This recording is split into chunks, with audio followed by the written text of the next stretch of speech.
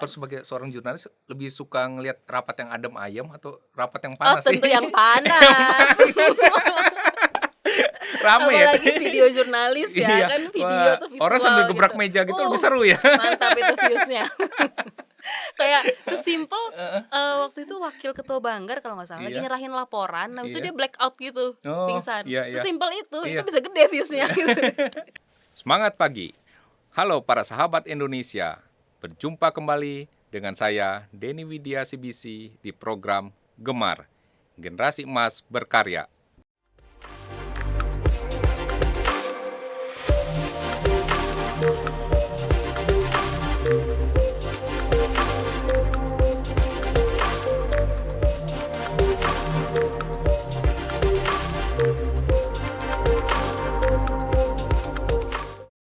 Para sahabat, podcast kali ini saya mengundang seorang anak muda yang bergelut di dunia jurnalistik.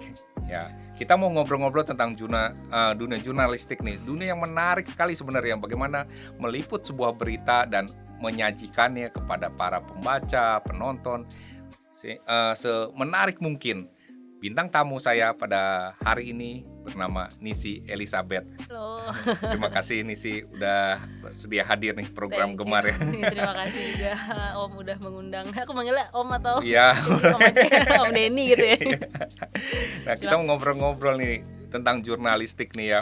Anak muda yang terjun di dunia jurnalistik. Nah, apa sih sebenarnya pengertian jurnalistik itu?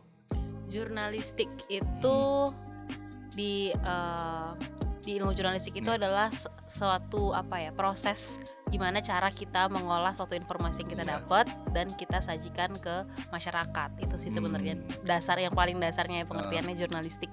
Seperti itu, yang sesuai fakta, yang akurat, yang ya sesuai fakta untuk keterangan dari yang seterang-terangnya gitu untuk publik. Itu sebenarnya proses jurnalistik sih. Nah, kepentingannya buat siapa aja sebenarnya itu ya? Buat publik kan? Buat publik. Mendapat berita yang benar gitu ya. Betul. Prinsip utamanya adalah segala sesuatu yang kita ambil itu emang untuk kepentingan publik. Iya. Begitu. Nah, sedangkan Nisi sendiri sekarang sebagai jurnalis gitu ya. Iya, jadi jurnalis itu yang meliput berita itu gitu kan. Betul, yang mengerjakan proses jurnalistik itu namanya jurnalis. Di ini ya, salah satu media nasional yang besar lah ya, terbesar ya. Puji Tuhan. Ya, di Kompas nih para penonton. Kita boleh sebut ya? Wah, boleh, nggak apa-apa, bebas. Siapa tahu nanti Kompas mau endorse nih. Gimana tuh, aku nggak ngerti endorse. Ya puji Tuhan memang lumayan. Ya intinya ya orang tahu lah gitu kan maksudnya ya. Kompas udah itu. terkenal lah. Ini gitu. Iya, Kompas puji Tuhan. Tanpa diomong ini juga udah tahu lah ya. Salah satu yang tertua mungkin ya. Yang tertua sih enggak. Mungkin enggak, tapi mungkin yang lebih karena namanya besar jadi orang terpercaya gitu kali ya, maksudnya yang Kompas itu maksudnya nggak ragu-ragu lagi itu media gitu loh, maksudnya yang udah identik gitu ya. Dan beritanya juga akurat lah ya. Ya puji Tuhan orang memandangnya begitu kali ya. Juga. Karena ya saya juga salah satu yang penggemar baca Kompas ya. Waktu dulu sebelum zamannya teknologi setiap hari kan pakai koran Kompas tuh langganan. Jadi promosiin Kompas. Iya, karena kita promosiin Kompas. Nah, tanggung jawab seorang jurnalis itu apa ya? Ada nggak tanggung jawab sebagai seorang jurnalis? Kan tadi harus menyampaikan berita-berita yang benar, yang akurat gitu ya. Iya. Tanggung jawab sebagai jurnalis itu yang pasti ketika kita meliput suatu kejadian atau kita dapat suatu informasi, kita harus sajikan itu ke publik dengan jujur, akurat, dan kalau aku kan sebenarnya video jurnalis ya, jadi aku lebih ke ngambil gambar, editing. Nah, dalam proses editing itu kita ngedit, tapi kita nggak boleh mengubah informasi, kayak gitu sih Om. Jadi gimana pun caranya. Merubah video editnya jadi bisa nggak tuh? Nah, kita misalnya ada batasan-batasannya gitu. Untuk tanggung jawab kita sendiri kan kita menyajikan, misalnya aku biasanya tuh naro keterangan-keterangan dari narasumber itu memang gak boleh dipotong, gak boleh urutan kalimat-kalimatnya diubah-ubah. Jadi sesuai apa yang kita mau, asal orang klik baca gitu. Mengutamakan kayak kehebohannya. Nah itu sebenarnya gak boleh. Kehebohannya kita harus cari, tapi gak boleh kita buat-buat Iya. gitu. Misalnya gini, Mm-mm. contoh nih ya, video nih. Misalnya saya pukul Mm-mm. orang. Nah, dia balas mukul. Tapi Ya. yang ditampilkan yang video dia mukul ke saya. Nah, itu Padahal yang kan mulanya saya yang mukul nih betul, sebenarnya. iya, Tapi kan iya. orang, oh dia yang mukul Mm-mm. gitu. Berita Itu. udah kemana-mana tuh. Itu yang sering terjadi juga ya mungkin ya di media sosial bisa gitu-gitu terjadi gitu kan ya. Itulah yang membedakan media Media sosial, mainstream ya. media mainstream Hmm. apa media sosial yang tangkapan warganet sama yang produksinya hasil dari jurnalistik. Iya, karena Itu dia sih yang harus ngebedain. mempertanggungjawabkan itu Iya, ya benar. pada publik masyarakat ya. Benar-benar. Kalau dari media sosial ya tergantung dia mau di kubu Iya, mana gitu iya. ya. Dan biasanya kan Ah. memang warga ya mereka nggak punya tanggung jawab apa-apa ya, Iya. mereka terserah mengedit Iya. segimanapun, video Suka-sukanya ya. selucu-lucu apapun. Kalau kita punya tanggung Iya. jawab ya nggak boleh motong informasi gitu ya. Oh. Kita sajikan yang selengkap-lengkapnya Iya, gitu. iya. Nah, kalau Nisi sendiri sering meliput berita apa nih? Aku beberapa bulan terakhir ini sih di sosial politik karena aku Oh. ditaruh di DPR. Iya. Jadi memang setiap hari aku mantau agenda-agenda rapat DPR, kayak kebijakan-kebijakan yang mereka susun seperti apa. Terus soal politik-politiknya juga kan kita mau menyambut Pilpres pemilu 2024. Oh, Nah, lagi itu rame, juga mulai rame nih ya. iya mulai rame dan ya mereka-mereka itu ada di DPR gitu Iya, kan, iya, orang-orang itu ya. Iya. Ya udah aku mainin isu-isu itu aja Oh. gitu. Sosial politik lah jatuhnya. Iya, iya. Mm. Nah, sering ini nggak, maksudnya kan sekarang kayak kemarin aja kasus yang anggota DPR selisih dengan TNI segala macam ya. Iya, Kan ramai juga tuh. Yang Effendi Simbolon ya Iya, kalau nggak Fendi salah. Simbolon dengan Kasat kan ya. Iya, dengan Nah, Kasat. itu gimana tuh? Maksudnya di kalangan jurnalis ya, Iya. jurnalis. Maksudnya ada saling yang pro sini atau ada nggak sih sebenarnya? Kalau hasil produksi berita kita ya, kita tuh nggak boleh memihak sebenarnya. Iya, Harus cover both side Iya. dua-duanya gitu Iya, kan. iya. Effendi Simbolon yang ngomong apa, misalnya contoh gitu, Effendi Simbolon ngomong apa, kita juga harus dapetin Kasatnya ngomong apa Iya, gitu biar produksi kita imbang gitu. Iya. Tapi kalau omongan-omongan di Iya, balik itu personal kayak gitu. personal gitu ya, jurnalis itu gimana sih gitu ya pasti ada. Ada ya. Karena kita kan juga bisa beropini gitu Iya, kan sebagai warga gitu iya. posisinya, yang kita ngelihat langsung rapatnya itu gimana, Iya. gimana si Effendi Simbolonnya itu juga kebawa emosinya seperti Iya. apa, kita juga ada di situ, kita lihat langsung gitu kan. Ya ada omongan-omongan opini. Sebenarnya di balik layar ramai juga ya. subjektif. Iya ramai juga pasti. Makanya ketika ada yang laporin Effendi Simbolon segala macam, kita juga ikut rame. Iya, Wah ayo iya. kita ke MKDF, ke Mahkamah Majelis Kehormatan Dewan, Iya, itu kan ah. dilaporin ke sana. Kita langsung ke sana nguber. Iya. Rame juga pasti karena Oh. kita juga ngelihat situasinya lucu ya gitu tuh, bisa ada isu kayak gini Iya. gitu. Nah, apalagi ini kan menjelang nanti 2024 lah ya, tahun politik nih. Iya. Pasti kan wah, pusat ke politik di Indonesia kan selain di istana juga di DPR kan. Iya iya benar-benar yang banyak disorot ya. Iya, gitu. yang disorot. Mm-mm. Nah, waktu bertugas di DPR kan banyak tuh, ada komisi macam-macam lah ya. Iya. Ada fraksi macam-macam juga. Betul. Nah, kalau Nisi sendiri ada pembagiannya nggak?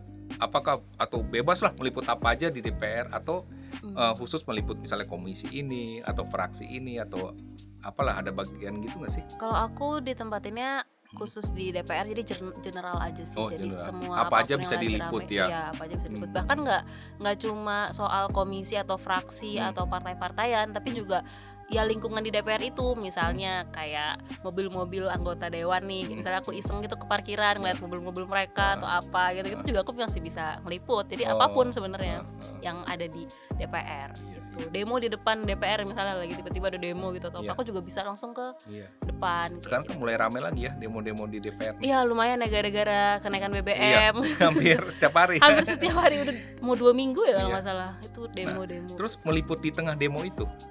Jadi Kebetulan karena di isu dalam DPR-nya juga lagi rame soal Effendi Simbolon itu, terus waktu itu juga pas sidang tahunan juga rame, yang ada acara ulang tahun Ibu Puan Iya, itu juga rame. Jadi isu-isu itu lebih dominan gitu. lebih dominan untuk aku liput ke dalam. Nah, Iya. tim aku ada juga yang liput di luar Oh. untuk liput demonya gitu juga ada gitu. Nah, dalam hal meliput itu ya, anggota dewan lah ya, ada nggak sesuatu yang menarik gitu loh yang pernah Nisi alami, atau yang lucu lah, atau yang konyol atau apa gitulah. Apa ya? Ya. Yang menarik tuh pasti banyak banget Heeh, sih. heeh. Kayak misalnya kita udah nungguin di luar ruang rapat gitu ya untuk kita doorstop tuh kayak selesai Cegat mereka gitu rapat, ya. ya kita cegat mereka kayak Pak gimana hasil rapatnya tadi gitu. Heeh. Habis nanya-nanya kayak gitu biasanya kita giring nih ke kalau soal partai Pak, nah gitu kan biasanya. Tapi ada juga yang anggota-anggota yang awalnya udah terlihat udah mau ngomong nih, tiba-tiba nggak usah lah itu nggak usah, tiba-tiba dia pergi. Itu tuh yang bikin kita ya udah ditungguin lama-lama gitu, dia nggak ngomong apa-apa gitu. Kita juga jadi bingung nih garap soal apa nih, jadinya bikin beritanya angle-nya apa gitu kan. Jadi itu sih yang menariknya. Pernah satu kali juga aku lagi nungguin rapatnya ketua KPK sama Komisi 3 waktu itu. Komisi 3 ya. 3 komisi hukum ya. Iya, Komisi Hukum Polri KPK gitu. Terus habis itu yang jagain di situ ternyata nggak banyak gitu. Yang lain ambil isu yang lain gitu di komisi yang Itu lain. jurnalis boleh masuk waktu rapat dengar pendapat gitu ya? Kalau terbuka boleh. Oh, kalau terbuka Kalau boleh terbuka ya? boleh, kalau tertutup kita paling nungguin di sekitarnya itu aja gitu, sambil mantau udah kelar atau belum, Iya. ngintip-ngintip ke dalam kayak gitu Iya. doang sih. Terus habis itu aku mau nanyain soal buronan KPK yang waktu itu belum ketemu itu Harun Masiku kalau nggak salah. Oh iya sampai sekarang tuh ya. Iya, yang itu aku mau tanyain soal update-nya gitu, update kasus itu. Terus karena yang cegat juga dikit, jadi aku sambil lari-lari gitu loh, sambil kayak mundur-mundur jalan yang ngambil video gitu kan. Pak, gimana Pak soal Harun Masiku? Ketua KPK cuma, kok Harun Masiku doang sih yang ditanyain? Kan kita punya buronan tuh banyak, kita punya DPO banyak. Aku kayak langsung diomelin depan mata gitu. Itu rasanya kayak, aduh salah nih gitu. Terus langsung kayak ditembak gitu kayak, ini titipan kantor atau gimana, langsung gitu disewotin gitu. Dan posisinya itu yang di situ nggak banyak orang, jadi kayak malunya dapet, mukanya juga pasti dihafalin sama ketua KPK gitu.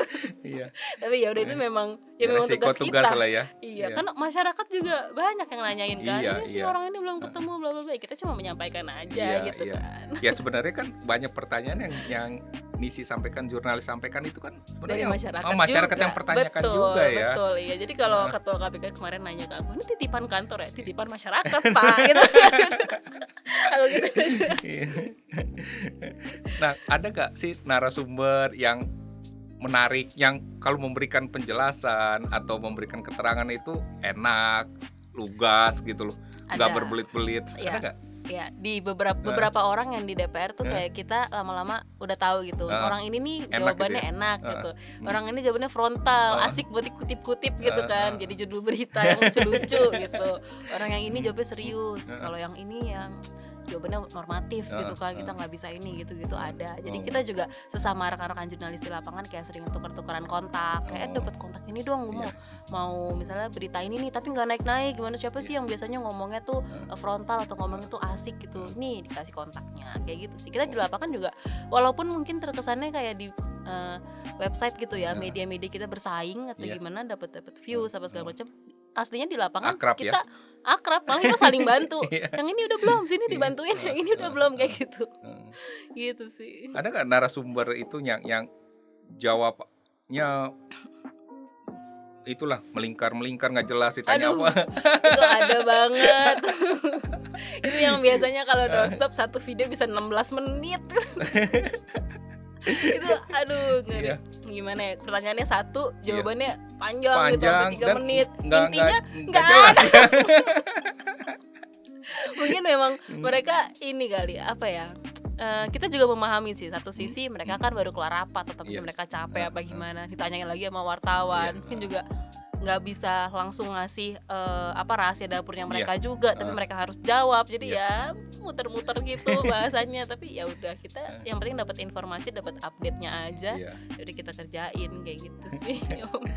Nah, kalau dari sisi seorang jurnalis ya, yang hampir setiap hari lah ya meliputi DPR tuh ya. Ya, hampir setiap hari.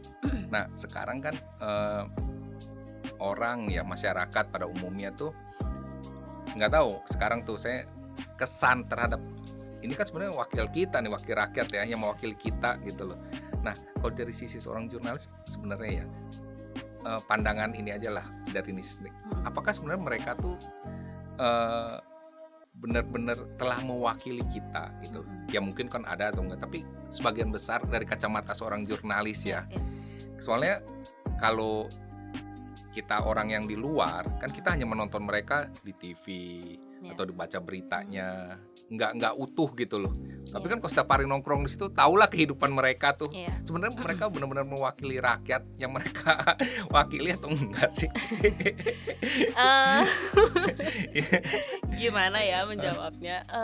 Berasa mereka mewakili rakyat itu karena kesediaan mereka untuk menjawab pertanyaan-pertanyaan wartawan sih gitu. Itu udah salah Jadi- satu tanda bahwa mereka ini ya.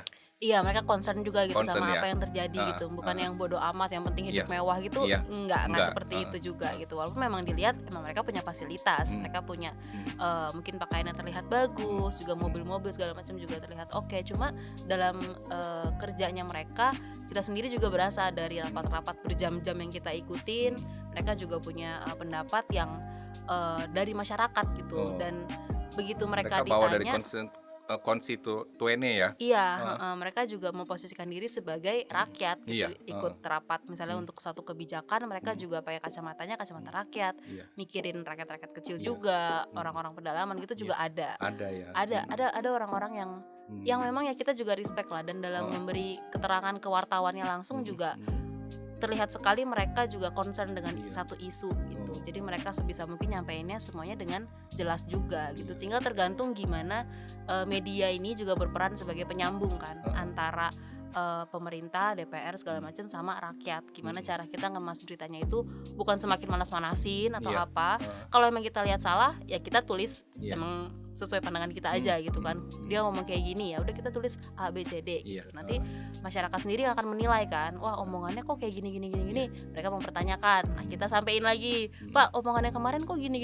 Nah, mereka mempertanggungjawabkan. Seperti itu sih. Jadi kita juga sebagai penyambung antara pemerintah sama masyarakat. Jadi nggak bisa kita juga melebay-lebaykan kehidupan DPR apa segala macam yang sebenarnya kita juga nggak tahu gitu. Kayak gitu sih. Nah, kalau Nisi kan hadir di dalam rapat dengan pendapat tuh antara pemerintah, biasa kan menteri yang dipanggil ya dengan anggota. Itu suasana rapat gimana sih? Suasana rapat? Maksudnya sering terjadi adu argumen yang keras juga kah gitu? Iya. Beberapa kali sih ada pastinya. Untuk orang-orang, untuk isu-isu yang biasanya misalnya kenaikan BBM. Iya. Kemarin waktu di rapat paripurna kalau nggak salah itu Menteri Keuangan lagi mau ngomongin soal ini, anggota-anggota DPR tiba-tiba yang fraksi PKS kalau nggak salah itu mereka langsung menyatakan keberatan dan mau walk out dari sidang. Nah, itu panas tuh kan. Tapi kan untuk isu-isu yang biasa kayak misalnya perlindungan data pribadi, RUU-nya disahkan. Iya, udah disahkan kan? Iya, kemarin udah disahkan. Ya itu karena mereka semua setuju, ya karena memang untuk baik untuk masyarakat ya. Oke, berjalan dengan lancar. Itu karena ada kasus ini nggak ya? Jorka itu Jorka ya. ya? Bisa jadi sih, bisa Soalnya jadi selama langsung ini, dicepetin iya, gitu. RUU-nya kan nggak jelas tuh tiba-tiba disahkan. Iya, gara-gara bisa juga pemicunya. Terus juga kita juga masih bertanya-tanya tuh kan ada masyarakat yang kayak itu Jorka jangan-jangan oknum DPR juga biar mereka juga dapat duit gitu. Ada aja gitu komentar-komentar netizen yang kita kayak gitu kan, penasaran gitu kan. Tapi ya itu semua balik lagi kita semua mempertanyakan aja ke anggota DPR yang dipertanyakan sama masyarakat. Gitu aja sih. Yang rame ya rame kayak kenaikan BBM segala macam. Yang sepi ya yang juga nggak bisa dibilang sepi, kayak lebih ke lebih kondusif gitu ya suasana rapatnya. Kondusif karena memang semuanya sepakat. Iya. Beda sama ya kontroversial yang BBM ini kan memang ada pro ada kontra dalam DPR sendiri. Iya. Nah, kalau bagi Nisi ya,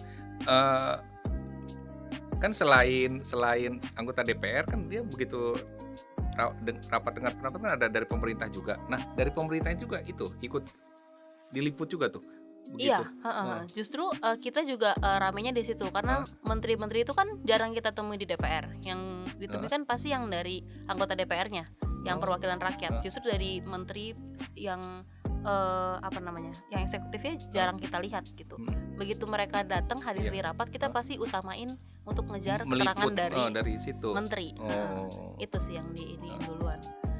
Biasanya kalau misalnya kita dapat agenda pagi-pagi gitu kan, kita dapat rapat jam segini bersama menteri ini. Nah, terus kita konfirmasi tuh ke anggota DPR-nya misalnya, ke komisi terkait.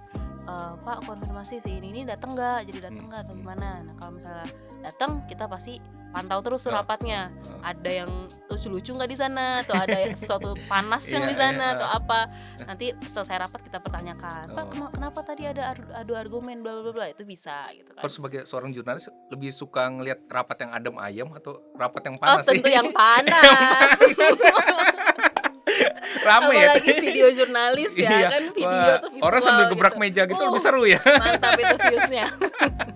Kayak sesimpel waktu itu wakil ketua Banggar kalau nggak salah lagi Iya. nyerahin laporan, habis itu Iya. dia blackout gitu, Oh, pingsan. iya, iya. Sesimpel itu Iya. bisa gede viewsnya gitu. Gimana sampai gebrak meja, itu Oh, pasti iya, mantep iya. banget. Tapi dia balik lagi, Ya, jangan memanas-manaskan gitu kan. Fokus ke intinya. Itu lagi Iya. ngomongin apa rapatnya emangnya sampai gebrak meja gitu. Iya, Emang iya. seintens apa Iya. gitu. Tapi bahkan kadang ada orang yang anggota DPR Hmm. yang kalau ngomong memang selalu ngegas. Iya, Jadi iya. nggak bisa kita liput juga. Maksudnya Oh. dia memang heboh, dia memang panas, Oh, tapi emang karakternya gitu emang kali. karakternya. Ah. Jadi mau Bagi kita dia hal liput biasa juga kali itu ya. biasa, iya. Kita kasih ke masyarakat juga itu hal biasa yang diomongin gitu, nggak ada pentingnya. Iya. Tapi kalau adu argumennya penting dan emang panas itu pasti viewsnya gede banget sih di YouTube. Kalau yang kasus kemarin gede nggak tuh? Yang Sambo atau yang Enggak, Effendi. Effendi lumayan, itu lumayan ya? lumayan banget. Oh. Pas sidang kan Effendi dilaporkan ke MKD. Nah pas sidang keputusannya itu live di Facebooknya kompas.com sampai 900.000 kalau nggak salah. Oh, oh. Itu udah Lumayan ya. angka yang gede banget buat kompas.com. Kayak Oh. kayak kita tahu gitu, berarti ini isu lagi diinin banget gitu sama masyarakat. Oh. Jadi nggak cuma kita bikin live langsung kita pecah-pecah lagi beritanya, Iya. angle-angle-nya kita bikin satu-satu, dan itu memang kemakan banget di masyarakat Iya. gitu. Nah, kalau yang Sambo Lagi itu diinin. Sambo juga gede di awal. Wah. Di awal tuh kan ini banget, gede orang mau banget. tahu ya Orang sebenarnya. mau tahu Oh. kayak apa rahasia di balik skenarionya Sambo segala macem. Terus pas Sambo ke DPR juga pas Kapolri Kapolri, ke DPR untuk diminta keterangan segala macam juga itu rame banget sampai Iya. kayak nggak pernah aku lihat DPR serame itu sama media. Oh ya? Kecuali pas Kapolri datang. Itu sih itu sejauh berita yang aku ditunggu-tunggu ya. Iya, itu kayak ditunggu sama semua media, Oh. TV, fotografer gitu sampai Iya. kayak turun ke DPR gitu buat moto gitu semua. Ramai banget itu juga ramai banget. Tapi makin kesini mungkin makin menipis ya karena Iya, berita- jadi Ya, kasus bercabang. juga nggak jelas jadi Iya, sekarang. jadi banyak yang harus diserap sama masyarakat kan Iya. juga jadi gimana ya, publik tuh ngeliatnya aduh capek gitu, Iya. kenyang gitu ya, Iya, rasanya iya. kenyang gitu. Ya pengacara sama orang tuanya aja kan sudah capek katanya. Iya, pengacara juga itu keras. Nah, kalau dari eksekutif tuh ada nggak yang favorit ketika dimintain keterangan? Menteri Siapa apa tuh ya? biasanya? Siapa ya? Menteri Pak Mahfud MD kali ya, Oh, Mahfud MD ya. Menko Polhukam. Oh, Pak Karena Mahfud enak kasusnya ya. lagi gede Ah, juga. ah. Terus dia juga kalau ngasih keterangan suka ada lik-lik yang bikin kita Penasaran. dan berita kita bisa berlanjut ke berita berikutnya Oh, gitu. gitu. Jadinya kayak gitu sih. Pinter Tapi deh ya. semuanya juga pinter, semuanya juga oke. Jadi takut. Gak apa-apa, itu kan ini apa Opini ya, opini kan. Karena aku juga belum terlalu lama selama itu sih di ah. DPR, ngepost di DPR. Baru dari Mei pertengahan tahun ini. Oh, Baru ya. dari situ doang Ya selebihnya. 4 bulan lah ya. Iya 4 Iya. bulan, jadi belum terlalu banyak juga ketemu menteri atau belum hafal banget sama satu menteri gitu. Oh. Nah, sebelumnya Sebelumnya aku kerjanya itu WFH, kan karena pandemi juga. Iya, pandemi. Jadi kita dapat bahan-bahan video itu dari media sosial, Iya. dari YouTube resmi pemerintah atau YouTube DPR. Itu kita olah dari situ doang gitu. Jadi bukan kita yang terjun langsung ke lapangan kayak gitu. Tapi kan itu juga terbatas ya jadinya, maksudnya kita jadi nggak bisa punya ruang gerak kayak mau ngeliput menteri ABCD. Kita cuma nyari di DPR nggak dapet footage-nya dia, nggak ada gambarnya dia. Itu yang menyulitkan untuk WFH. Jadi dibuat sejak Mei itulah ya, dibuat ke lapangan gitu, Tapi video-video lebih seru jurnalis. ke lapangan kan? Tentu. Kita ketemu temen juga, Iya, ketemu iya. narsum juga, bisa kenalan sama narsum, Iya. kenalan sama anggota DPR Iya. gitu, dihafal mukanya. Maksudnya begitu kita dapat satu informasi, satu informan yang kita udah sering tektokan gitu dan dia hafal sama kita, ketika ada kasus besar yang melibatkan dia, kita enak kan tektokannya gitu. Jadi kita dapat info paling pertama, info Iya. paling valid Iya, gitu. iya. Itu penting bagi seorang jurnalis ya. Iya, Info sangat. pertama ya. Info pertama A1 kita bilangnya di lapangan. Satu ya. Iya, itu yang paling penting sih. Untuk yang misalnya orang-orang yang teman-teman yang medianya ngepost jurnalisnya ngepost di Mabes Polri misalnya. Mereka kan pasti kenalannya nempelnya sama Kadif Humasnya tuh. Oh Jadi iya. punya informasi selalu ini dihafal gitu kan. Jadi kita telepon pun udah kayak temen aja gitu, udah Iya. akrab gitu. Oh si ini ya, oh iya nanti deh saya kesana gitu-gitu. Itu udah enak banget kalau udah punya A1 kayak gitu. Nah kalau di DPR kan nggak ada yang begitu ya, maksudnya semua orang bisa Semua orang memberikan sama. kan, Mm-mm. semua bisa memberikan keterangan gitu ya, Betul. masing-masing anggota DPR yang 500-an itu ya. Bisa. Semua orang bisa. Cuma yang kita kejar itu adalah yang pasti kalau dari komisi-komisi itu pimpinannya. Pimpinan komisi. Iya. Kalau nanya ke anggota komisi bisa juga. Cuma arahan dari produserku, emang dari cara kerjanya juga sih. Cara kerjanya mediaku juga utamain informasi yang pimpinan gitu. Pimpinan dulu. Jadi kalau di DPR karena lebih valid gitu deketinnya, beritanya. iya, lebih valid dan lebih terpercaya jadinya. Karena kalau masih anggota gitu, kalau bisa itu plan terakhir gitu. Kalau kita nggak dapat dari pimpinan gitu. Jadi kalau di DPR paling pimpinan DPR kayak ketua, wakil DPR gitu sih yang kunciannya gitu istilahnya. Nah kan masing-masing DPR itu kan banyak partai. Nah ketika membahas satu isu mereka berbeda pandangan tuh itu yang seru. Nah ya makanya meliputnya gimana tuh? Mana yang akan ditampilkan gitu? Iya benar-benar.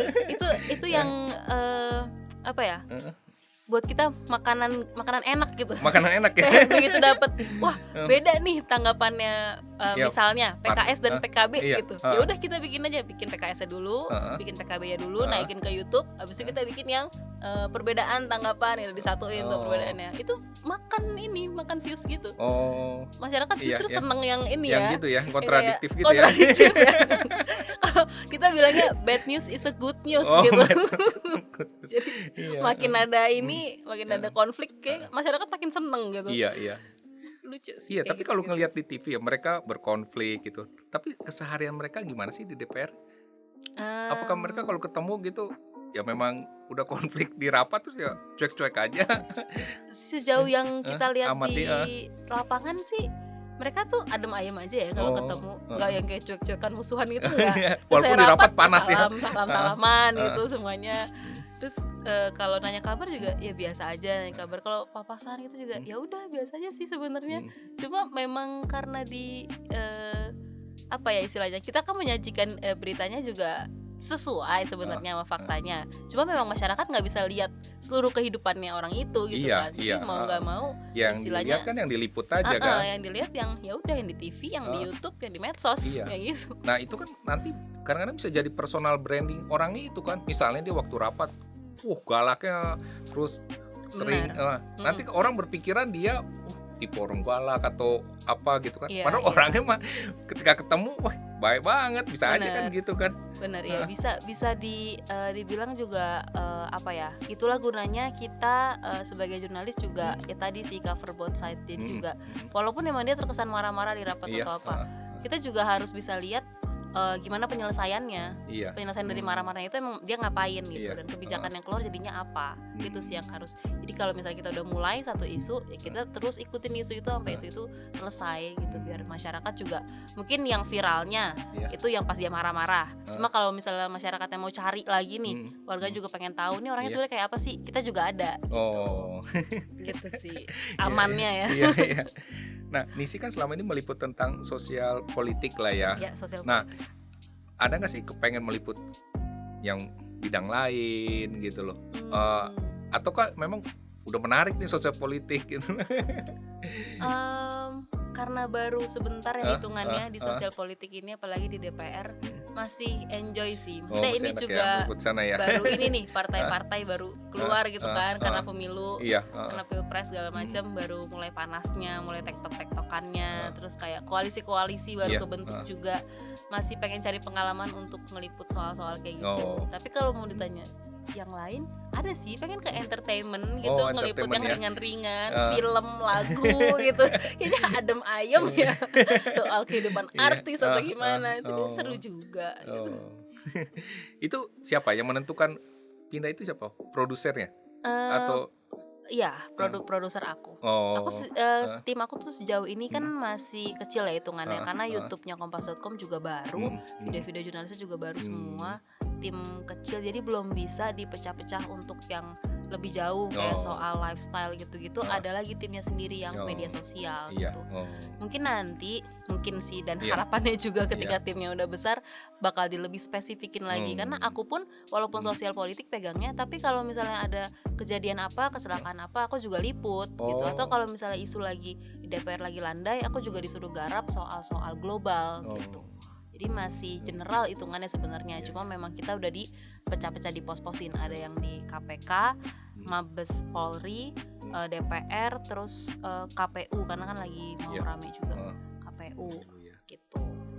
Nah, misalnya kalau punya tiba-tiba ada melihat sesuatu peristiwa menarik nih, kan sebagai jurnalis video ya, Iya, udah langsung videokan.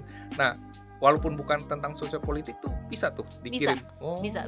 Untuk aku masih bisa, karena timnya Oh. juga masih terbatas. Oh. Jadi siapapun yang emang nemuin sesuatu, Ya. ya langsung aja kirim gitu. Oh.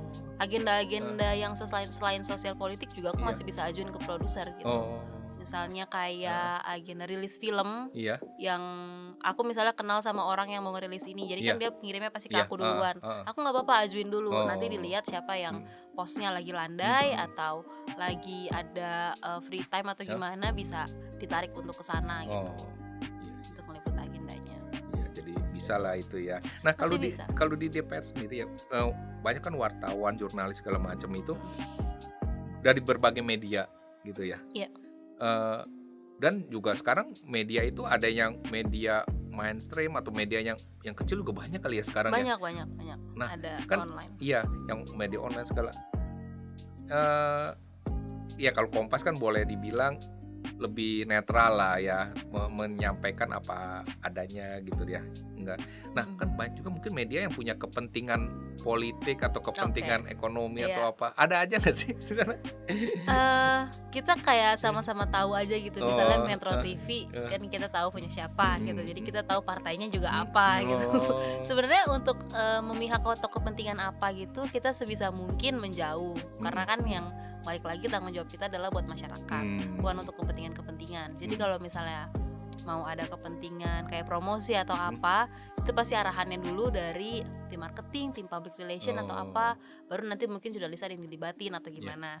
Tapi di antara kita ya juga pasti tahu, misalnya partai ini lagi mau ngadain konferensi pers atau ngadain acara, pasti kan ada media itu, media yang berkaitan dengan partai itu juga ada di sana. Itu pasti kayak gitu. Emang udah apa ya, mau dibilang memihak juga nggak bisa, karena kita hanya menyajikan apa yang mereka omongin, dan kalau memang itu penting buat masyarakat gitu kan. Iya. Yang pasti mereka juga mempergunakan media itu, partai itu mempergunakan media ini untuk naikin namanya dia, itu juga pasti ada tujuan kesana juga ada. Kita sama-sama paham aja sih, tapi untuk di DPR sendiri kan yang kita perjuangin kebijakan dari mereka, kebijakan DPR yang baru-baru itu apa, pro kontranya dari masyarakat seperti apa, kayak gitu sih yang lebih Iya, sebenarnya menarik ya meliput di sana ya, karena cukup itu menarik. kan mewakili seluruh rakyat Indonesia tuh. Iya, banyak isu gitu. Pokoknya sehari itu pasti ada aja yang dibahas gitu, nggak mungkin nggak ada gitu. Kita bisa cari tanggapan dari siapapun gitu di DPR. Nah, kalau DPR yang masa reses Nah, kan itu kosong dia. tuh. Kosong kan kita. pernah ngalamin. Pernah waktu itu DPR kosong, benar-benar nggak ada rapat sama sekali. Cuma memang sesekali ada pimpinan yang datang gitu, kita bisa doorstop sesekali. Cuma memang isunya juga jadi tipis banget. Iya. Nah kalau kayak gitu aku biasanya juga digeser. Misalnya kemarin aku ke TKP-nya Verdi Sambo yang di Duren 3, itu karena DPR juga lagi reses gitu, lagi nggak ada apa-apa. Jadi bisa aku liput isu-isu lain gitu di sekitar yang emang lagi hangat juga gitu. Misalnya ada OTT KPK atau di mana aku backup teman aku yang di KPK. Gitu. Bisa kayak gitu sih. Menarik ya. Nah, Cukup menarik. tantangan terbesarnya apa sih sebagai seorang jurnalis nih?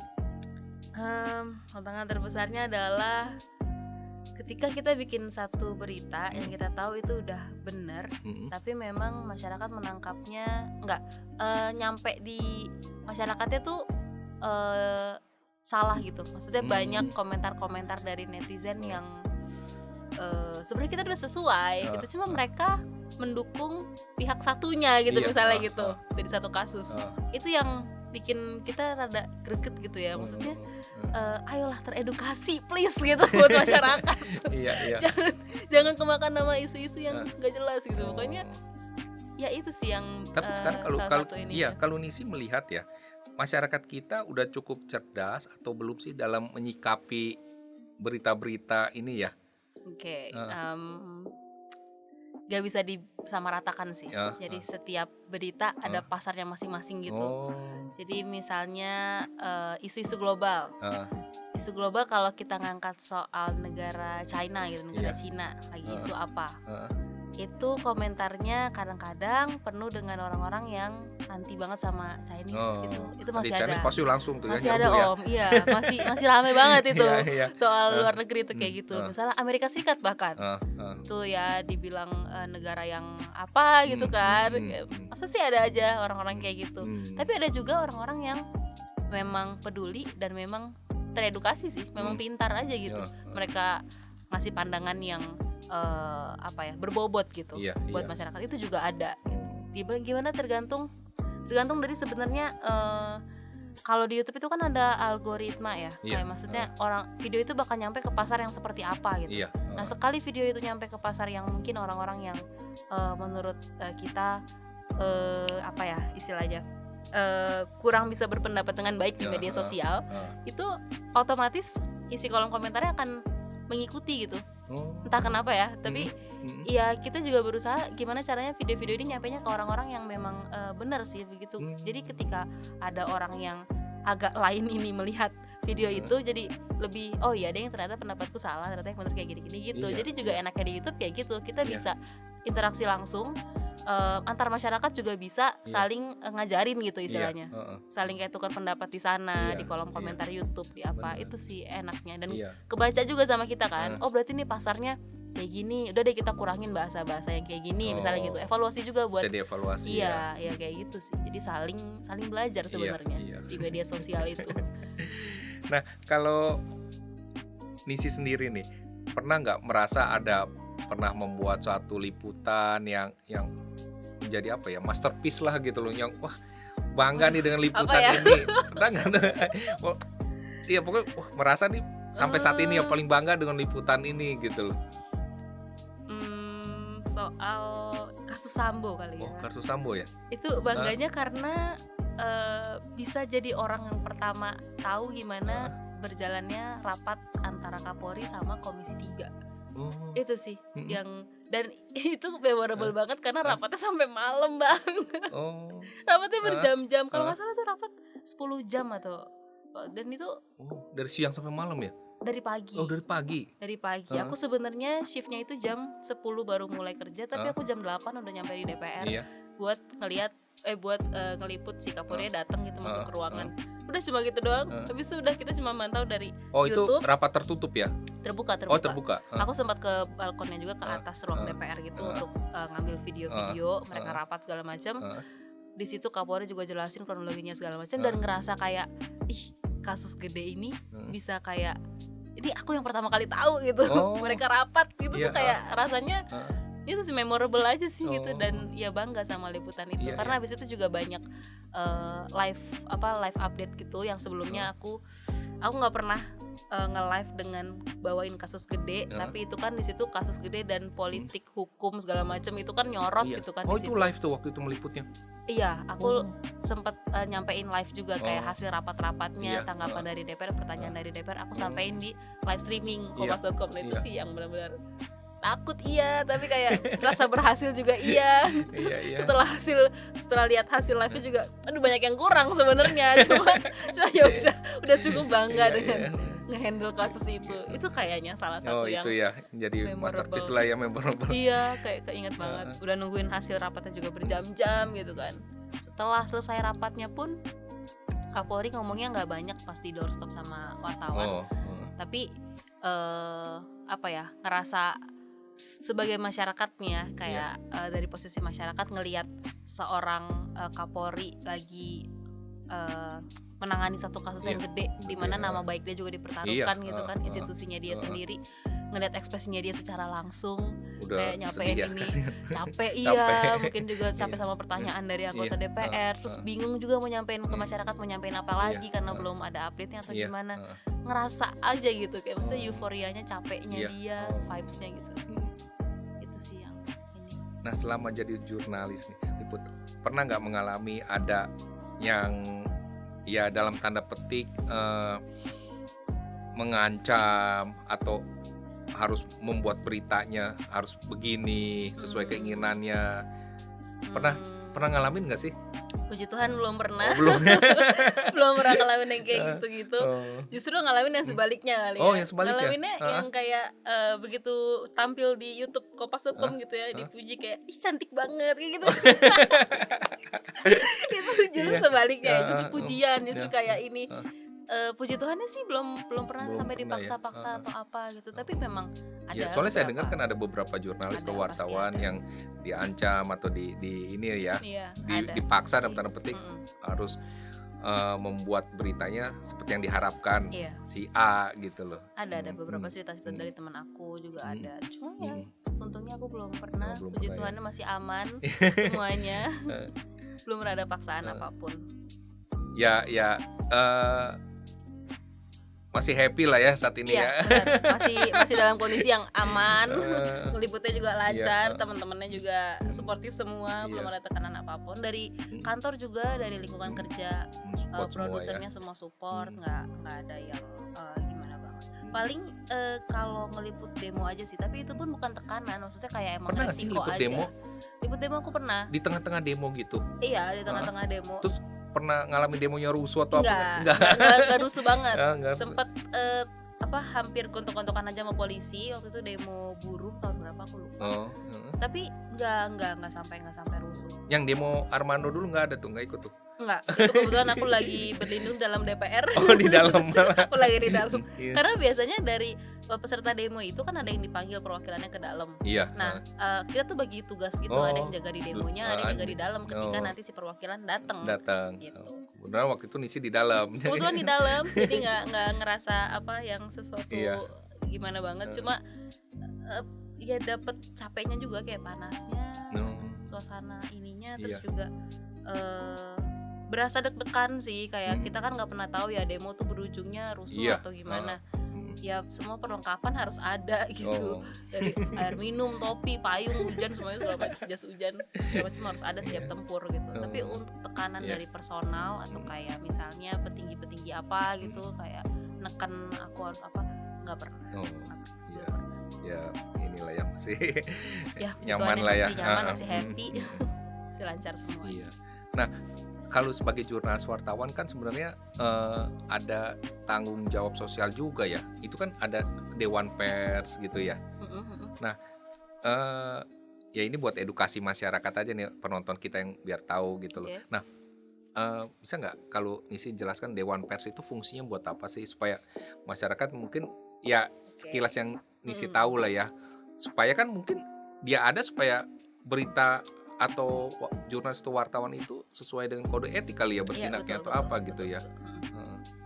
Dewan Pers itu Kan yang kalau nggak salah yang baru meninggal kan ketuanya itu. Ketuanya, iya, betul. Bapak itu kan Arjun Mardi Azra itu kan. Iya. Dewan Pers itu sebenarnya perannya adalah untuk melindungi kita dan juga untuk menghakimi kita gitu, kali ya, menilai kita. Jadi dari hasil berita yang kita buat, misalnya ada beberapa narasumber yang dalam berita itu ditulis dan nggak puas dengan hasil beritanya, keberatan gitu ya? mereka bisa lapor ke Dewan Pers. Tapi juga ketika kita udah bikin sesuatu berita dan kita merasa itu benar melalui proses jurnalistik yang benar, kita akan dilindungi juga sama Dewan Pers gitu. Jadi mereka yang akan menilai ini tuh berita sebenarnya layak atau enggak gitu. Pastinya kita akan ditanya.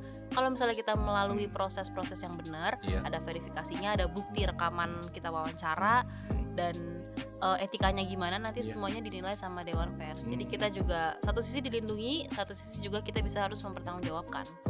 Gitu. Jadi misalnya di demo, misalnya kita kena pukul atau apa sama aparat, kita harus bawa bukti-bukti itu semua ke Dewan Pers, kita bakal dilindungi. Kan Misalnya ada beberapa berita waktu demo kan ada yang aparat juga merusak itu kan, ada itu kameramen segala gitu kan. Ya, peran Dewan Pers juga di situ sih untuk ya, bisa melindungi kita. melindungi ya. Iya benar. Gitu. misalnya juga tadi ada tekanan-tekanan atau Iya, apa gitu dari petinggi, heeh. kita bisa langsung laporin sebenarnya Oh, untuk kita luar biasa. dilindungin dan mereka ngeproses si orang yang menekan itu. Oh, Gitu. iya, iya. Nah, dalam meliput berita kan itu ada deadline dong ya pasti ya. Iya pasti. Pernah nggak ada merasa tertekan gitu loh, ngejar Itu deadline pasti gitu? sih, Heeh. karena kita Heeh. kan gimana pun juga saingan yang naik Iya. ke YouTube-nya tuh kan saingan sama channel sebelah, Iya, sama media sebelah Iya, juga. heeh. Misalnya ada berita yang naik duluan, kita Mm. belum ini, itu Heeh. linknya pasti dikasih ke kita. Ini udah naik, kamu belum gitu pasti digituin. Kamu ngapain aja di sana ya? Pasti itu juga ada tuh. Heeh, heeh. Apa arahan-arahan dari produser ya. Kalau aku Heeh. kan video jurnalis Heeh, jadi heeh. atasanku tuh namanya produser. Heeh, Mereka juga pasti nanya, Nis tadi dapat soal ini nggak? Nih artikel udah naik, coba tolong bikin videonya gitu juga Oh. pasti ini. Dan kita punya kesadaran sendiri untuk naiknya cepet gitu, Iya, iya. selesainya cepet. Heeh. Karena kita ngejar kecepatan juga. Iya, iya. Ada media-media yang bikin beritanya sesingkat mungkin Iya. supaya naiknya cepet doang. Iya, heeh. Itu juga ada. Sebenarnya itu nggak Oh. salah, cuma Iya. memang kurang lengkap Iya, informasinya. iya. Oh. Nanti baru di jam berikutnya dia lengkapin beritanya Oh, setelah dengan dapat artikel yang ini baru. ya. Iya. Iya gitu juga bisa.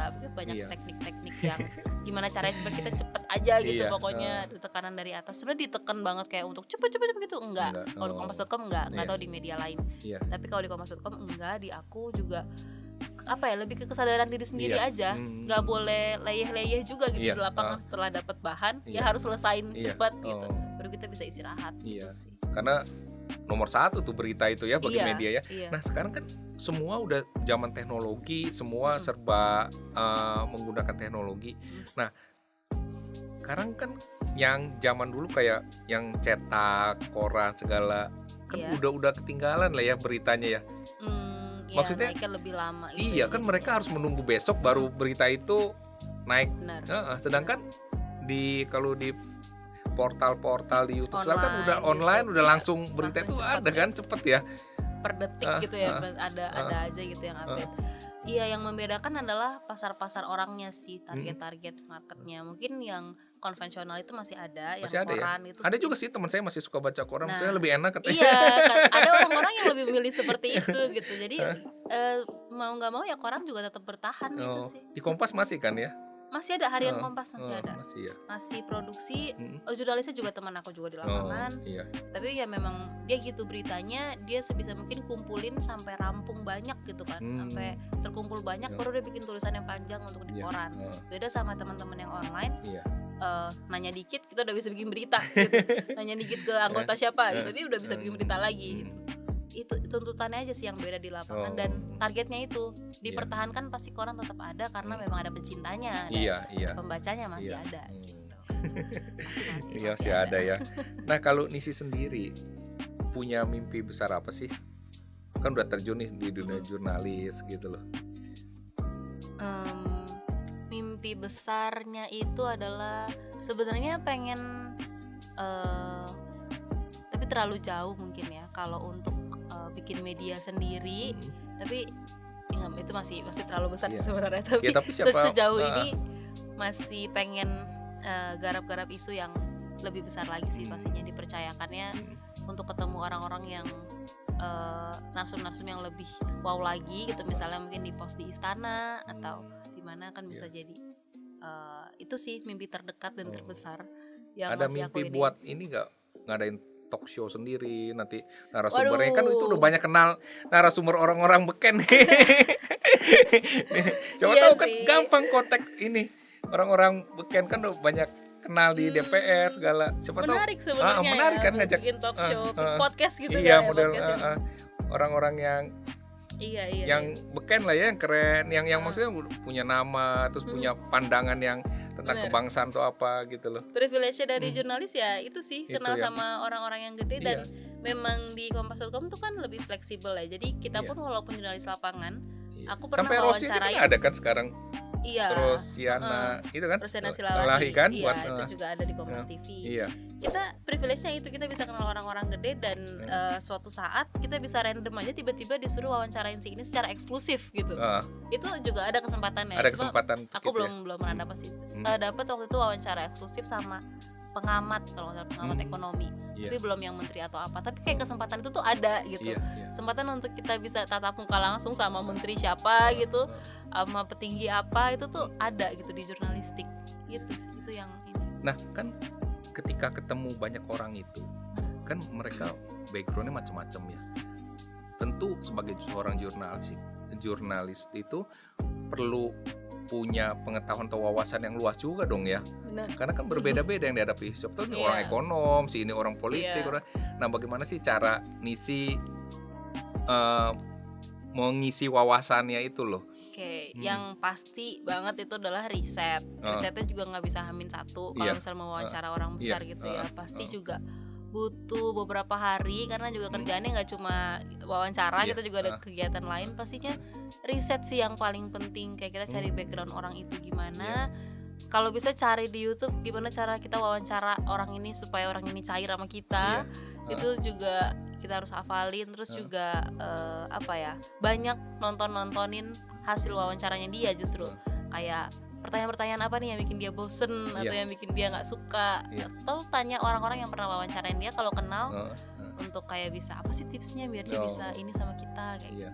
Itu sih paling nggak riset sih. Iya, harus riset lah ya. Persiapan itu 80% menurutku sih, dibandingkan kegiatan produksi sama pasca produksi. Iya. Yang paling utama tuh pasti risetnya dulu, harus kuat. Riset ya. kuat pasti semuanya langsung lancar sih. Iya. Kita mempelajari background dia segala macamnya itu ya. Nah, kembali ke ini nih, sebagai seorang jurnalis, apakah ini memang cita-cita waktu kecil? Atau tiba-tiba nyemplung ke jadi seorang jurnalis nih?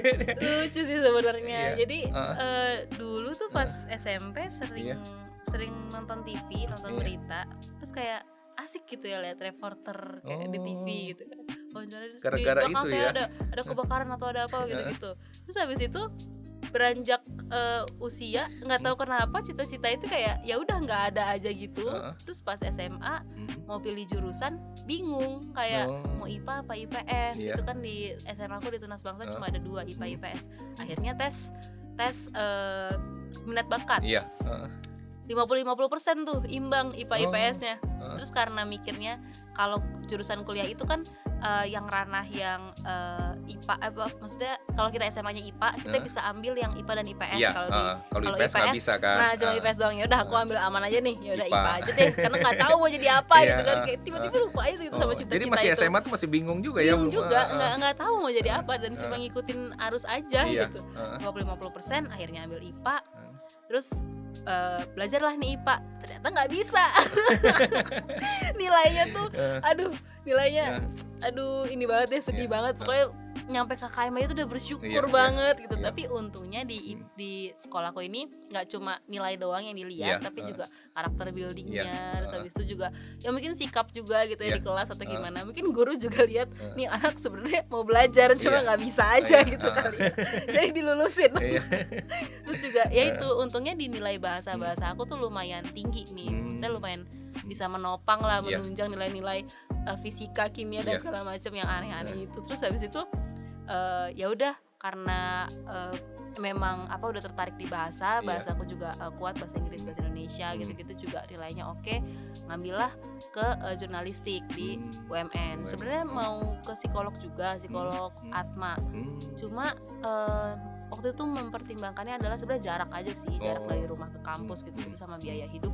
Ya udah akhirnya ke jurnalistik. Terus habis itu dan memang enjoy gitu belajar jurnalistik, kayak langsung nemu oh iya nih dulu tuh pernah sering nontonin TV cuma buat lihat reporternya doang gitu. Teringat kayak lagi langsung, tuh ya memori. Iya, keinget lagi. Kayaknya bisa nih, kayaknya seru nih pelajaran. Terus ya udah akhirnya jatuh cinta lah sama jurnalis gitu, kayak maksudnya meliput segala macam, langsung kayak suka gitu. Sama tugas-tugas kuliah juga enjoy. Maksudnya nggak merasa berat sama sekali gitu.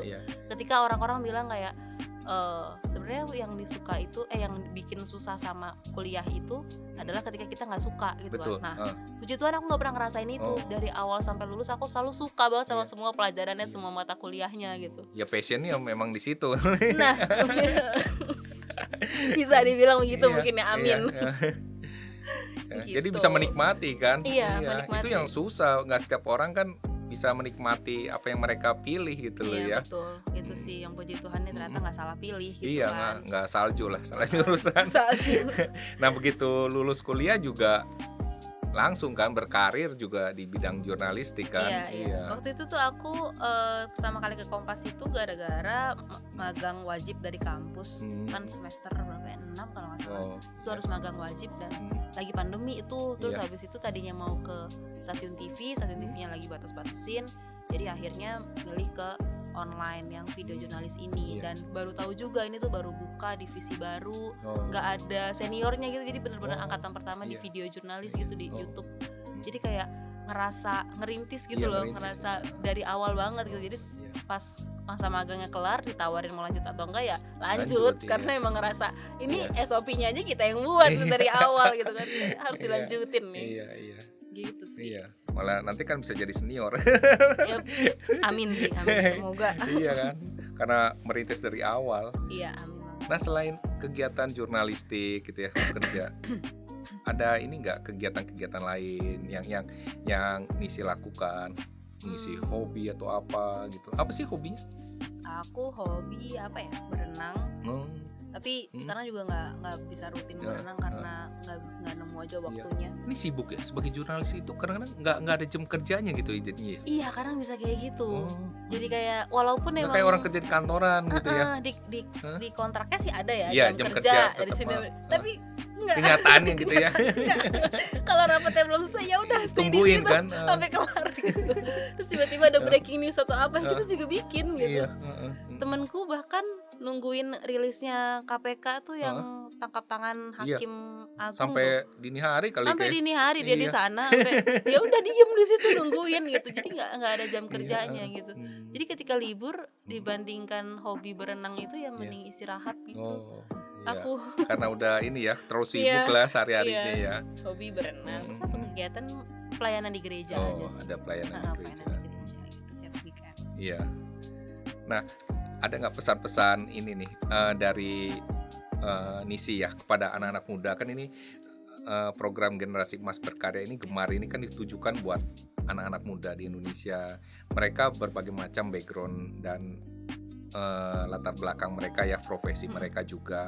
Nah, siapa tahu ada yang punya mimpi juga untuk jadi seorang jurnalis kan. Tadi bisa udah mendengar cerita bagaimana keseruan menjadi seorang jurnalis ya. Nah, apa yang ingin Nisi sampaikan nih kepada anak-anak muda di Indonesia agar mereka tetap punya mimpi untuk dan terus mencapai mimpinya gitu loh, mengejar mimpi mereka. Ya, silakan. Yang pasti jangan menyerah untuk satu mimpi yang memang kalian yakin. Kita juga berusaha dan yang pasti berdoa, bekerja keras juga. Percaya bahwa semuanya itu akan sesuai ya, proses hasil itu nggak akan mengkhianati proses yang kita udah jalanin.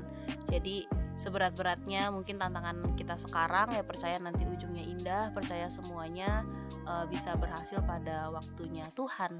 Itu sih yang aku percaya pada juga. Waktunya ya. Iya, waktunya benar. Tuhan kan ya. Waktunya Tuhan bukan waktunya kita juga gitu. Ini udah waktunya tapi belum gitu. Itu waktunya Tuhan. Waktunya Tuhan. Itu ya, sih. dan jangan menyerah itu ya kuncinya ya. Iya, percaya sama prosesnya aja. Kan ya. Prosesnya. Iya. Nah, kemudian ini yang terakhir. Bagaimana menurut Nisi peran orang tua ya? Peran orang tua sehingga Nisi menjadi Nisi seperti sekarang ini gitu loh, bisa berkarir sesuai dengan apa yang Nisi inginkan, passion. Oke. Peran orang tua yang pasti banyak banget ya. Dari aku belum tahu mau jadi apapun, orang tua udah kayak support gitu. Maksudnya nggak yang menghakimi aku kayak harus tahu dong mau jadi apa gitu, nggak ada. Dan nggak mengarahkan. Nggak mengarahkan juga kayak maksudnya apa yang disuka hatinya mau apa. Itu sih peran orang tua yang menurut aku mungkin langka ya ditemuin orang tua sekarang yang masih punya kemauan keras atau gimana. Privilege aku yang aku rasain ya itu sih dari supportnya orang tua, supportnya lingkungan keluarga aku sih yang terdekat, karena memang berasa banget ketika kita capek, kita jenuh, ya akhirnya kita pulang ke rumah gitu, kita balik lagi ke orang tua gitu, dan yang tahu kebiasaan kita, ada yang tahu tingkah-tingkah kita kalau kita lagi capek atau apa, itu kan masih juga orang tua, orang-orang yang terdekat. Itu sih, itu peran yang menurutku penting juga. Iya. Selain juga duit makan. Duit makan masih dari orang tua. Orang tua. Itu. Iya. Ya inilah orang tua penuh pengertian ya Iya, selama ini sangat ya. mengerti Sangat gitu, sangat mengerti ya. mendukung. Itu yang ini juga sih apa ya? Menurutku nggak banyak orang yang bisa dapet kayak gitu, dan itu yang benar-benar aku syukuri. Iya. Dan jangan sampai hilang aja sih. Iya. Kalau orang tua udah nggak percaya atau Iya. udah ini sama anaknya tuh pasti Iya. udah nggak enak banget. Iya, iya. Bisa mungkin jaga kepercayaan orang tua juga Betul. gitu jadinya. Iya. Ya kan nanti suatu saat juga Nisi akan jadi orang Orang tua kan. iya benar. Benar. Jadi apa yang pernah didapat sekarang kan bisa nanti juga dibagikan kan buat keluarga yang akan datang. Betul. Nah, para penonton, luar biasa ya obrolan saya dengan Nisi Elizabeth ini mengenai dunia jurnalistik nih, seru juga ceritanya. Kadang-kadang apalagi kalau cerita di belakang layar lebih seru kali. Banyak kejadian-kejadian yang terpampang di TV, di koran itu hanya kulitnya aja. Iya ya kan. benar. Nah, di belakang layar itu lebih seru kejadiannya sebenarnya. Seru. Ya. Nah, Anda bisa melihat bahwa begitu berat tugas seorang jurnalistik, kadang-kadang harus meliput sampai dini hari, juga dikejar deadline ya. Nah, Anda yang punya mimpi, anak-anak muda yang punya mimpi menjadi seorang jurnalis, bisa melihat bagaimana perjuangan dari Nisi Elizabeth. Nah, bagi Anda yang suka video ini, silakan subscribe, like, berikan komen, dan tolong share ini juga agar banyak anak muda yang boleh tercerahkan oleh cerita-cerita dari Nisi mengenai bagaimana dia menggeluti passionnya dan hidup jangan mudah menyerah. Saya akan akhiri video ini dengan semangat pagi. Para sahabat, buku ini adalah buku ke-8 saya berjudul Menembus Waktu bergenre novel. Buku ini berisi kisah perjalanan hidup saya dari kecil hingga saat ini, berdasarkan kisah nyata dari hidup saya. Buku ini akan saya persembahkan kepada narasumber saya yang hari ini, narasumber saya Nisi Elizabeth. Nisi, ini buku saya. Saya semoga berkenan untuk membacanya. Ya, pasti Ya. dibaca. Terima kasih sudah hadir di program Gemar. Siap. Terima kasih sudah mengundang juga. Sukses terus. Sukses buat ya Om. buat